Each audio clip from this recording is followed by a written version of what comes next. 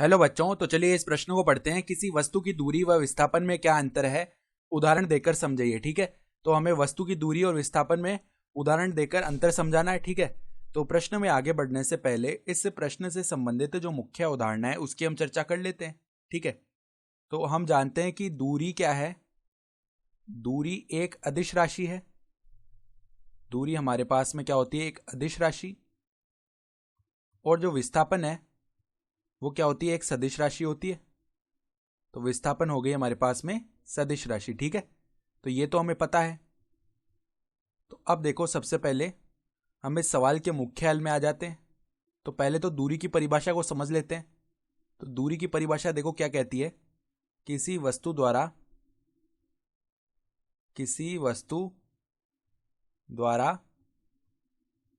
एक बिंदु से दूसरे बिंदु तक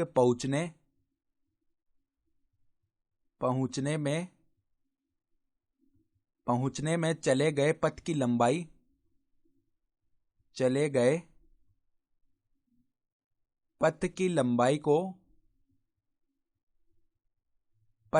लंबाई को वस्तु की दूरी कहते हैं। वस्तु की दूरी कहते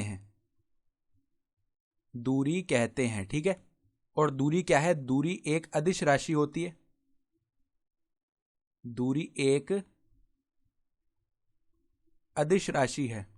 ठीक है, वहीं अब अगर हम विस्थापन की परिभाषा लिख रहे हैं तो विस्थापन की परिभाषा को समझ लेते हैं। विस्थापन की परिभाषा क्या होती है, किसी वस्तु की प्रारंभिक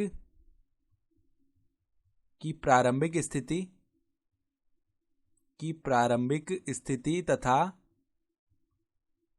अंतिम स्थितियों के मध्य की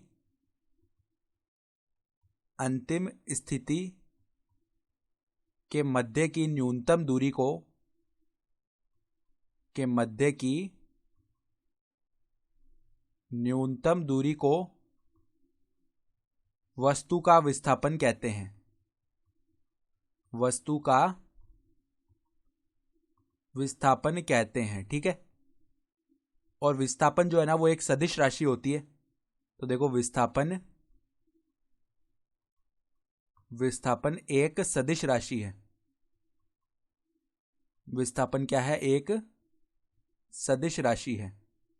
तो अब इसे समझने के लिए देखो हम एक उदाहरण ले लेते हैं।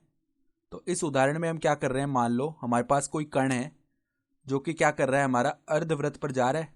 ठीक है, तो ए बिंदु से मान लो बी बिंदु में जा रहा है ये, और ये मतलब इस प्रकार का एक अर्धवृत्त है। ठीक है, अर्धवृत्त का एक जो सिरा है वो तो ए है और दूसरा सिरा बी है, तो ए बी इसका व्यास हो गया। तो वो जा रहा किस प्रकार है, कण देखो इस पथ से जा रहा है, ऐसे गति कर रहा है। ठीक है, तो अब इस स्थिति में मान लो अर्धवृत्त की त्रिज्या हमारी आर है। ठीक है, तो ये भी आर हो जाएगी।